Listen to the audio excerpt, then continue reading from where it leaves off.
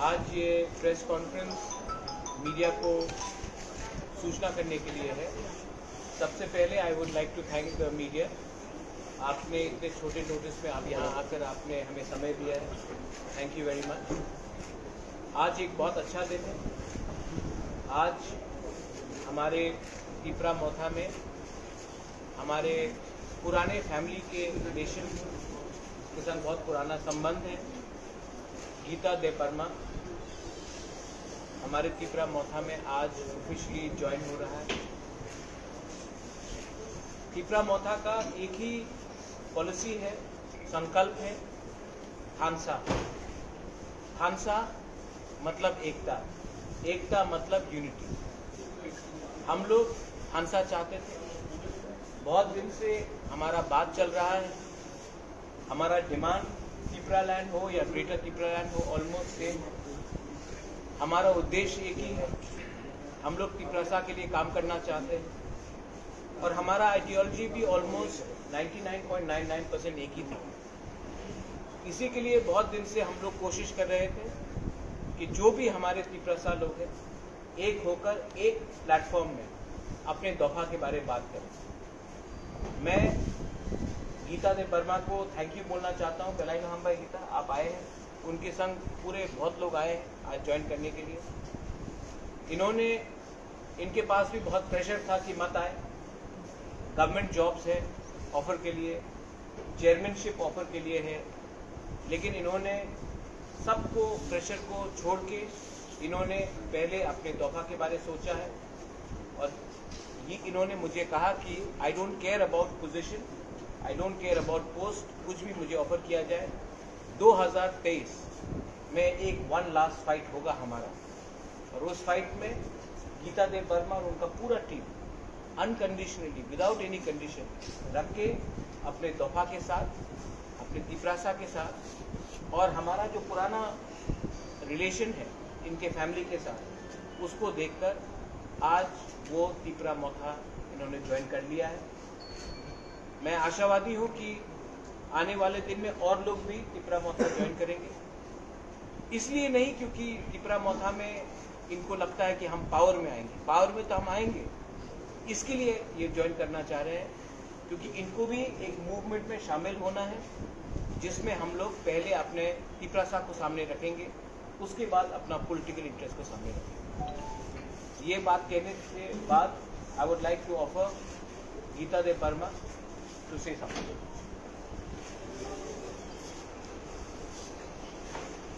সবাইকে অসংখ্য ধন্যবাদ।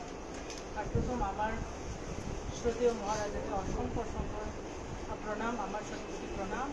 আর সঙ্গে আছে আমাদের শ্রদ্ধেয় ডিএম এডিসি শ্রী কমল দেববর্মা আরও কমলতলয় আরও অনেকেই এখানে যারা কর্মকর্তাগণ আছেন, এডিসি যারা আছেন সবাইকে, আর বিশেষ আমার মিডিয়া বন্ধু আপনাদের সবাইকে আমার আন্তরিক শুভেচ্ছা এবং অভিনন্দন। আজকে এই গুরুত্বপূর্ণ সময়ে আমি শুধু একটা জিনিস ঘোষণা করতে চাই, সেটা হচ্ছে আমি দীর্ঘদিন আইপিএফটির সংঘ হিসেবে কাজ করেছিলাম, আইপিএফটির সক্রিয় সমর্থক হিসেবে কাজ করেছিলাম। এর আগে আমার পজিশন ছিল ত্রিপুরা ন্যাশনালিস্ট এমপ্লয়ি অ্যাসোসিয়েশন তথা টিএনই এর প্রেসিডেন্ট বা সভাপতি হিসেবে কাজ করেছিলাম। তো কালক্রমে আমি দেখেছি যে ভারতবর্ষ এমন একটা দেশ যেখানে সম্পূর্ণ গণতন্ত্র বা গণতান্ত্রিক রূপে দেশটা পরিচালিত হয়। এমন একটা সুন্দর দেশের মধ্যে আমাদের যে আইপিএফটি, সেখানে গণতন্ত্রের কোনো স্থানই নাই। সেটা আমি নিজের চোখে প্রত্যক্ষভাবে আমি দেখেছি। যেটা গত 2 এবং 3 তারিখ মার্চ যেটা আমাদের আইপিএফটি কেন্দ্রীয় কমিটির সম্মেলন হয়েছিল, এটা সারা ত্রিপুরার মানুষ জানে। এপ্রিল 2 এবং 3 তারিখ এপ্রিল দশরথ ভবনে যেটা সম্মেলন হয়েছিল, এবং এই সম্মেলনে আমাদের যারা এমসিসি মেম্বার তারা প্রত্যেকে ভোট করে আমাদের মাননীয় যে মেবার কুমার জমাতে ওনাকে প্রেসিডেন্ট হিসেবে নির্বাচিত করেছিল। কিন্তু কালক্রমে দেখা যায় সেটা মানে অমান্য করে আমাদের এনসি দেববর্মা পুনরায় আবার স্বঘোষিত সেলফ স্টাইলে আবার সে প্রেসিডেন্ট ঘোষণা করে অন্যভাবে সেই পরিস্থিতিকে অন্যভাবে মুভ করে নেয়। তো দেখা যায় সেখানে কোনো গণতন্ত্রের কোনো স্থানই নাই। তো তো মেবার কুমার জমাতিয়া যেটা আমার হাজব্যান্ড, যেখানে ওনার আমি প্রথম থেকে দেখেছি, আমার যেটা ওনার সঙ্গে আমার বিয়ে হয়েছিল সেদিন থেকে দেখেছি। এর আগেও আমি ওনাকে খুব ভালো করে চিনি। ওনার যে কাজকর্ম আমাদের দফার জন্য, জাতির জন্য যে সমস্ত কাজগুলি উনি করে থাকেন, তার এই কাজগুলি দেখে আমিও কিন্তু অনেকটা অনুপ্রাণিত। আমি প্রথমে চাকরি করতাম, কিন্তু ওনার কাজ দেখে আমারও অনুপ্রাণিত হয়েছিল অনেকটাই। ওনাকে দেখে আমি অনেকটা শিখেছি। তো ওনাকে এমন একটা অবস্থায় রেখে দিল, এখন সেটা মানে বলার অপেক্ষা রাখে না, যেগুলি আপনারা হয়তো সবাই জানেন ত্রিপুরাবাসী। তো আমি দেখেছি এই সমস্ত কাজগুলি মানে ওখানে যে আমাদের যে দৃঢ় সংকল্প, যে ত্রিপুরাল্যান্ড পাওয়ার জন্য যে আমাদের সংকল্প, সেটা ওখানে থেকে কোনোদিন ফুলফিল হওয়ার কোনো চান্স এখন আর আমি দেখি না। মানে কোনো রকম সুবিধা ওখানে আর নেই। দ্বিতীয়ত আমাদের যে মহারাজা, উনি অনেক সময় সোশ্যাল মিডিয়াতে অনেক কিছু দেখি, অনেকে বলে এখন মহারাজা বলে কিছু নেই। কিন্তু আমি মনে থেকে মনে প্রাণে আমি বলতে চাই, উনি কোনোদিন আমি রাজা হিসাবে কিন্তু দাবি করে না। আমাদের যে মহারাজা, কোনোদিন আমি মহারাজা বলে দাবি করি নাই। কিন্তু ওনাকে যদি এখন মহারাজা রূপে আমরা যদি ডিনাই করে থাকি, তাহলে আমি মনে করি জায়গাতে আমরা আমাদের ইতিহাসকে আমরা ডিনাই করব। যদি ওনাকে আমরা মহারাজা যদি না মানি, যদিও ঠিক আছে এখন গণতন্ত্র দেশ, সেই গণতন্ত্র দেশে আমাদের মনের মহারাজা কিন্তু উনি, আমাদের মনের মহারাজা। তিনি যেভাবে সবাইকে একসঙ্গে নিয়ে, সবাইকে এক জায়গাতে নিয়ে, সবাইকে থানচাতে নিয়ে যেভাবে উনি কাজ করার একটা আহ্বান সবার কাছে রেখেছেন, সেটা আমরা কোনোদিন ডিনাই করতে পারবো না। এবং আমি শুধু না, আমি জানি প্রত্যেক মানুষের হৃদয়ে উনি আছেন। উনি যেভাবে মানুষকে ভালোবাসেন, যেভাবে প্রেরণা দেন, যেভাবে মানুষের জন্য কাজ করে থাকেন, আমি মনে করি, ব্যক্তিগতভাবে মনে করি, এটা শুধু ত্রিপুরা নয়, শুধু ভারতে নয়, পৃথিবীর ইতিহাসে আমাদের মহারাজা একটা বিশেষ একটা স্থান উনি তৈরি করে নেবেন ইন ফিউচারে। তো ওনার আহ্বান আমরা কিছুতেই ডিনাই করতে পারবো না। শুধু আমি না, আমি প্রত্যেককে অনুরোধ রাখবো ওনার আহ্বানে সাড়া দেওয়া আমাদের প্রত্যেকের উচিত।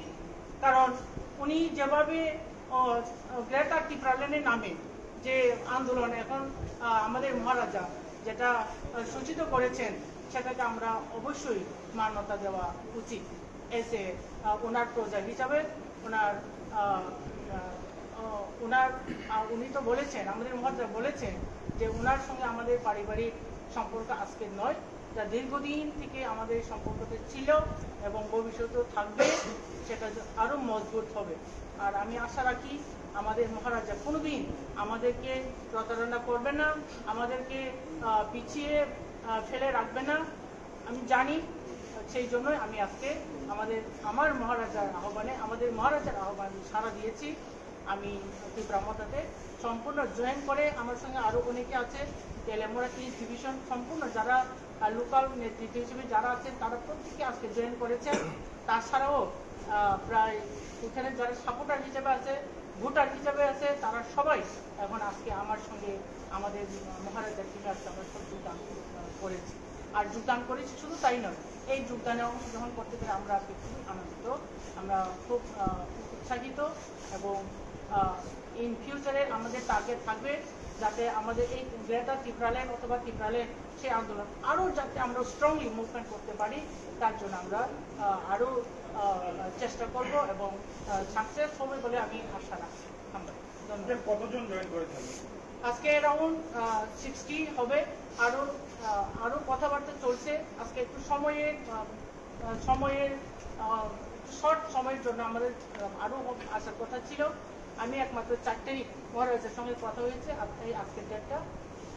তো আরও আমরা চেষ্টা করব, এখন প্রত্যেকটা ডিভিশনে আমরা ঢুকবো, আরও যাতে বেশি তো আসবেই, বেশি থেকে আরও বেশি যাতে আরও এখানে জয়েন করতে পারি, যোগদান করার ক্ষেত্রে, তার জন্য আমাদের দৃঢ় সংকল্প থাকবে। মেবার কুমার জমাতিয়া স্যার কি জয়েন করবে? অ্যাকচুয়ালি রাজনীতি হচ্ছে যার যার বিবেকের ব্যাপার। এখন ওনার ব্যাপারটা আমি কিছু বলতে পারবো না, ওনাকে জিজ্ঞেস করতে লাগবে সেই ব্যাপারটা। আপনি যে জয়েন করছেন ওনাকে বলেছেন? হ্যাঁ, আপনি যে জয়েন করছেন ইয়েস বলেছি। ওনার মতামত কি ছিল? ওনার মতামত দেখেন, আমাদের প্রথম থেকে আমার যেদিন বিয়ে হয়েছিল সেদিন প্রত্যেকে আমাদের দুজনের মধ্যে কারোর উপর কারোর কোনো রকম আরোপ বা চাপা নেই। উনি যেভাবে কাজ করতেন ওনার পছন্দ মতো, আমি যেভাবে কাজ করি আমার পছন্দ মতো। মানে কেউ কারোর প্রতি কোনো রকম চাপ আমাদের মধ্যে, আমার ফ্যামিলিতে অন্তত এই সিস্টেমটা নেই। তার জন্য আজকে যে আমি এসেছি ওনার কোনো আপত্তি নাই। উনি দীর্ঘদিন রাজনীতির সঙ্গে জড়িত ছিল, আমার কোনো আপত্তি নাই, কারণ রাজনীতি করাটা যাদের বিবেকের অতি শীঘ্রই মেম্বার জামাত স্যার জয়েন করতে পারে। আমি সেটা কিছু বলতে পারবো না। আপনি वो उनका सवाल है, वो आप उनसे पूछ लीजिए। এই প্রশ্নের জবাব আপনি যদি পেতে চান ওনাকে জিজ্ঞেস করতে হবে। যেহেতু আপনার হাজবেন্ড একজন শাসক দলের শহীদ দলের একজন মন্ত্রী, मंत्री ना একজন x ex minister। Sorry x-minister, তো এখন বিজেপির যে মানে শাসন চলছে, এই শাসন নিয়ে আপনার কি মতামত, কিরকম চলছে? সেটা আমি কিছু বলবো না। এখন সারা ত্রিপুরার মানুষ, ত্রিপুরার কিরকম অবস্থা চলছে সেটা সবাই দেখে আপনারা আরো ভালো জানবেন। সবখানে যান, আপনারা সবখানে নিউজটা পান, যে কোনো ইনসিডেন্ট সবখানে তো আপনারা আছেন, আপনারা আরো ভালো বুঝবেন ত্রিপুরার মানুষ সুখীতে আছে না দুঃখীতে আছে। और कोई क्वेश्चन है तो লেবার সমাজ জামাতের উপর যে জিনিসটা হয়েছে সেটা নিয়ে নিশ্চয়ই গীতাদের প্রমাণ না থাকবে, ওটা তো আমরা বুঝতে পারছি আপনার থেকে। তা আপনি কি ওনাকে মানে ইন্সপায়ার করবেন যে ওনার যা পরিস্থিতি, যেখানে বলছেন আপনি ডেমোক্রেসিই নাই, সেই জায়গা থেকে সরে আসতো? উনি তো ইলেক্টেড হয়েছিলেন আপনার কথা অনুযায়ী, আমরাও দেখেছি ইলেক্টেড হয়েছে। সেই জায়গায় আপনি কি ওনাকে কনভিন্স করার চেষ্টা করবেন যে যেখানে ডেমোক্রেসি নেই সেখানে থেকে কি হবে? দেখেন, মানুষের মনে যেটা আছে সেটা কনভিন্সে আগে বলেছি, যদি বিবেকে যদি কিছু না থাকে বিশেষত কনভিন্স করার চেষ্টা করলেও সেটা কোনো লাভ হবে না। এই ব্যাপারটা এখানে আমার বিশ্বাস। যে মেইন যে ডিমান্ডটা নিয়ে একসময় আইপিএফ ছিল ত্রিপুরা ল্যান্ড, সেটা আপনিও ছিলেন ওইখানে। একসময়। এখন কি পরিস্থিতি ওইখানে, কি ওরা ওই ডিমান্ডটা আদৌ ওরা ওইটা এক্সিস্ট করে? Yes, thank you for the প্রশ্নের জন্য। আমি বলবো, একটু টেনে বলবো। দেখেন, যখন 2018 ইলেকশনের প্রাক মুহূর্ত থেকে আরম্ভ করে আজ পর্যন্ত 2018 যে অবস্থা, আমাদের আইপিএফটির অবস্থা এবং আজকের যে অবস্থা, সেটা আপনি একটু কম্পেয়ার করে দেখবেন। 2018-তে যদি আইপিএফটি বিজেপির সঙ্গে জয় না হতো বা কোয়ালিশন যদি না হতো, তাহলে বিজেপি সরকার আসতো কি না সেটা আমার ভেরি ডাউটফুল জানা। তো আমাদের ডিমান্ড ছিল Tripuraland. Each and every one, আমাদের ট্রাইবেলের মধ্যে ইচ অ্যান্ড এভরি ওয়ান, তারা সবাই ত্রিপুরাল্যান্ডের প্রতি বিশ্বাস ছিল। এটা আপনারা অনেকবার আমাদের আন্দোলনে দেখেছেন হয়তো বা। কিন্তু যে মাত্র ক্ষমতায় যাওয়ার পর, সরকার গঠন করার পর, সরকার গঠন করে একটা চাবি কাঠি হাতে পাওয়ার পর, আইপিএফটি যারা এমএলএ হিসেবে আছেন অথবা আমাদের মাননীয় এনসি দেববর্মা যিনি আছেন, ওনাদের মুখ থেকে এক্সেপ্ট মেবার কুমার জমাতিয়া বাদে কারোর মুখে আমি কোনো রকম এই ত্রিপুরাল্যান্ডের দাবি করতে আমি দেখিনি। আমি বিধানসভাতে যখন অধিবেশন হয়, আমার টোটাল 4 বার ঢোকা হয়েছিল। আমি শুধু একটা উদ্দেশ্যে আমি ওখানে ঢুকি, যে আমাদের এমএলএগুলি আছে তারা কোনো রকম সেই রকম দাবি করে কিনা সেটা দেখার জন্য আমার অ্যাসেম্বলিতে ঢোকা। কিন্তু আমি কোনোদিন দেখিনি যে তারা এই ত্রিপুরাল্যান্ডের দাবি নিয়ে ওখানে কথা অ্যাকসেপ্ট আমাদের মাননীয় এখানে যে বিশ্বকিত বাদ। আপনারা সবাই জানেন আমাদের বিশ্বকিত দেববর্মা কেন এই আইপিএফ পিছিয়ে আসতে হলো। যদি আজকে আমাদের এমএলএ গুলি এই দাবিগুলি যদি তুলতেন, তাহলে আজকে আইপিএফটি হাতে গোনা কয়েকজন সাপোর্টার নিয়ে থাকতে হতো না। এখন দেখেন আইপিএফটির কাছে কোনো লোক নাই, সেটা আমাদের এডিসি ইলেকশন মানে সব পরিষ্কার। যদি তারা দাবিটা করতো, আমাদের ত্রিপুরাসাদের স্বার্থে যদি এই দাবিগুলি তারা রাখতো বা ওইখানে তুলতো অ্যাসেম্বলিতে, হয়তো মানুষের মধ্যে একটু শান্তি বা তৃপ্তি পেতাম। কিন্তু সেরকম কোনো কিছু আমরা ওইখানে দেখছি। শুধু তাই নয়, এস এ লিডার হিসাবে আমাদের এনসি দেববর্মা দীর্ঘদিন ধরে আইপিএফটির সভাপতি ছিলেন, প্রেসিডেন্ট ছিলেন, কিন্তু আমি দেখিনি কোনোদিন এস এ প্রেসিডেন্ট ওনার যে এমএলএ, ওনার যে নেতৃত্ব, যে যারা রয়েছে তাদেরকে কোনোদিন এই কাজ করো এই করো সেই করো করে গাইড করতে আমি কোনোদিন দেখিনি। যেরকম আমাদের মহারাজা যেভাবে সবাইকে কন্ট্রোল করে, সবাইকে ইনস্ট্রাকশন করে, সবাইকে একটা সুন্দর গাইড করে যেভাবে পার্টিকে পরিচালনার চেষ্টা করেছে, ওই জিনিসটা আমি তার কাছে কোনোদিন দেখিনি। কাজে আমি জায়গাতে বলবো আমাদের মহারাজা এবং এনসিডাব্লিউ মা এটি যেমন দিন এবং রাত যেরকম তফাৎ আছে সেরকম তফাৎ আছে বলে আমি মনে করি। আর কিছু I have a question to Maharaj here. Oh. Maharaj, several people have been joining from IPF in the last couple of days. The employees wing of IPF have joined you, and a couple of other retired people, association, retired people association from Tripura Secretariat are also joining. Today, Geeta Debam has joined. How many people have actually broken away from IPFT and joined Tripura Motha so far? And This month itself, I think over 2,000 people have joined. Across the whole of Tripura, over 2,000 people have joined. In leaders, we have had over 30 to 40 leaders who have joined. The point is not people are leaving IPFT. The point is that why are people leaving IPFT? That is because IPFT has become a B team of BJP. BJP has clearly said, Sunil Deodhar has clearly said, NC Deparma सुन ले, अगर सरकार में रहना है तो Tripura land आप demand से हटा दीजिए वरना विपक्ष में बैठिए। He said it to media.